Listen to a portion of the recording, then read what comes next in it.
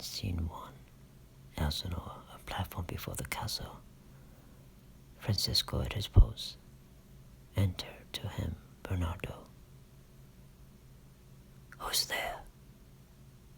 Nay, answer me. Stand and unfold yourself. Long live the king. Bernardo, he. You come most carefully upon your hour. 'Tis now struck 12. Get thee to bed, Francisco. For this relief, much thanks. 'Tis better cold, and I am sick at heart. Have you had quiet guard? Not a mouse stirring. Well, good night. If you do me Horatius and Marcellus, the rivals of my watch, bid them make haste. I think I hear them now. Stand. Ho, who's there? Enter Horatio and Marcellus, friends to this ground, and liegemen to the Dane. Give you good night. Oh, farewell, honest soldier, who hath relieved you. Bernardo has my place. Give you good night. Exit. Hola, Bernardo. Say, what, is Horatio there? A piece of him. Welcome, Horatio. Welcome, good Marcellus. What, has this thing appeared again tonight? I have seen nothing. Horatio says 'tis but our fantasy, and will not let belief take hold of him, touching this dreaded sight twice seen of us. Therefore I have entreated him along with us to watch the minutes of this night, that if again this apparition come, he may approve our eyes and speak to it. Tush, tush, 'twill not appear. Sit down a while, and let us once again assail your ears that are so fortified against our story, what we have 2 nights seen. Well, sit we down, and let us hear Bernardo speak of this. Last night of all, when yon same star that's westward from the pole had made his course to illume that part of heaven where now it burns, Marcellus and myself, the bell then beat in one. Enter ghost. Peace, break thee off, look where it comes again. And the same figure like the king that's dead. Thou art a scholar, speak to it, Horatio. Looks it not like the king? Mark it, Horatio. Most like, it harrows me with fear and wonder. It would be spoke to. Question it, Horatio. What, art thou that usurps this time of night, together with that fair and warlike form in which the majesty of bloody men, Denmark, did sometimes march? By heaven, I charge thee, speak. It is offended.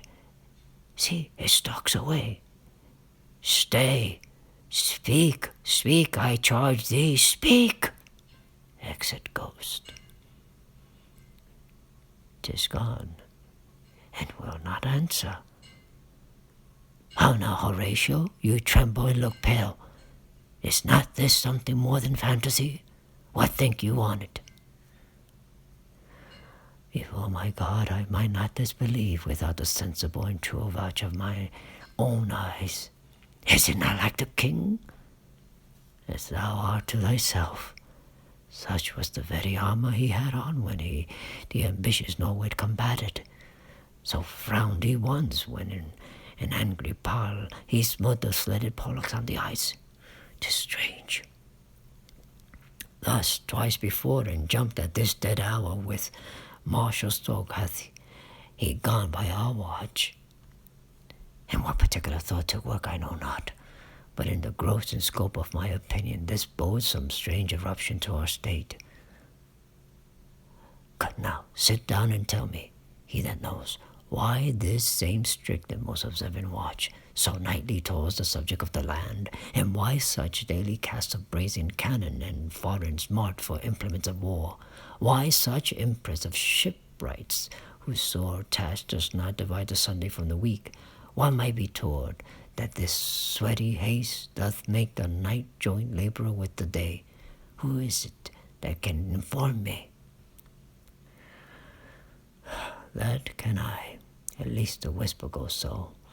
Our last king, whose image even but now appeared to us, was, as you know, by Fontepers of Norway, thereto pricked on by a most emulate pride, dare to the combat in which our valiant Hamlet, for so this side of our known world esteemed him, did slay this Fortinbras, who by a sealed compact well ratified by law and heraldry did forfeit with his life all those his lands which he stood seized of to the conqueror, against the which a moiety competent was gauged by our king, which had returned to the inheritance of Fortinbras.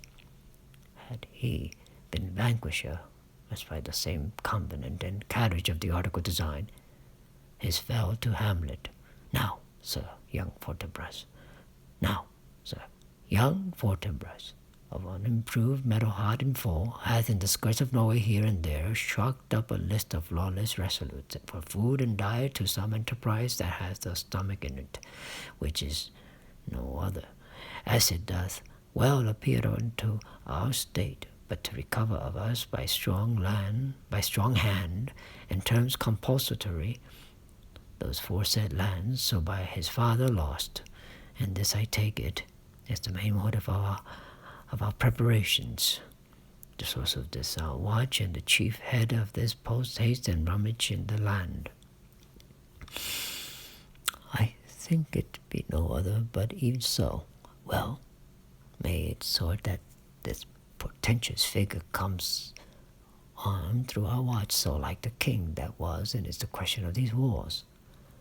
A mote it is to trouble the mind's eye, in the most high and palmy state of Rome, a little ere thus mighty as Julius fell, the grave stood tenantless, and the sheeted dead did squeak and gibber in the Roman streets, as stars with trains of fire and dews of blood, disasters in the sun, and the moist star upon those influenced Neptune's empire stands, was sick almost to doomsday with eclipse, and even the like precursor of fierce events, as harbingers preceding still the fates and prologue to the omen coming on, have heaven and earth together demonstrated unto our climatures and countrymen.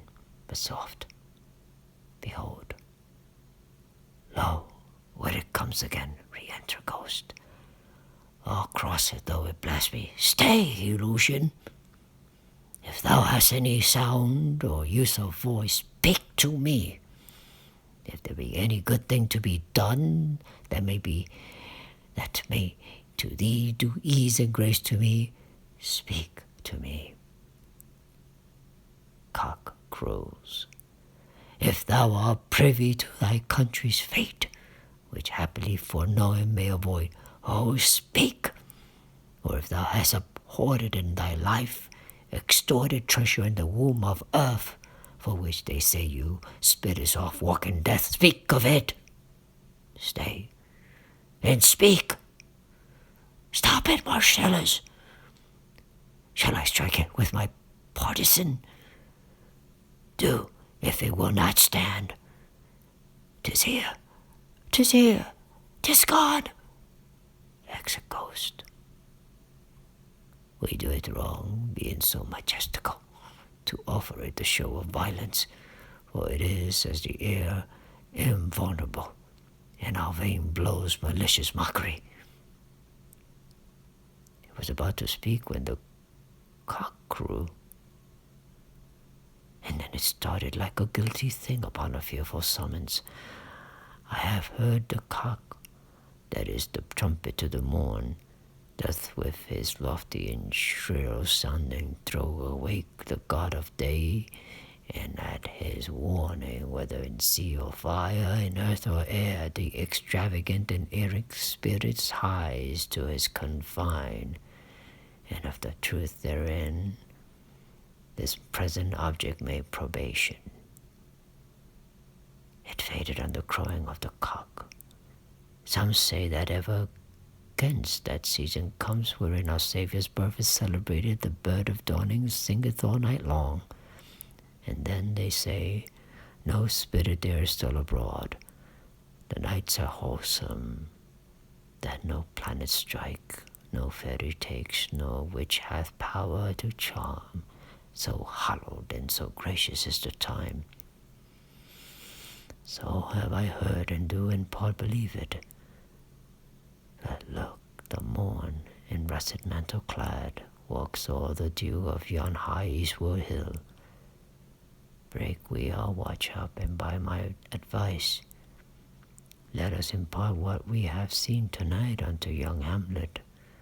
For upon my life, this spirit dumb to us will speak to him. Do you consent we shall acquaint him with it, as needful in our loves, fitting our duty? Let's do it, I pray, and I this morning know where we shall find him most conveniently. Exit. End of scene 1. Thank you for listening. Have a nice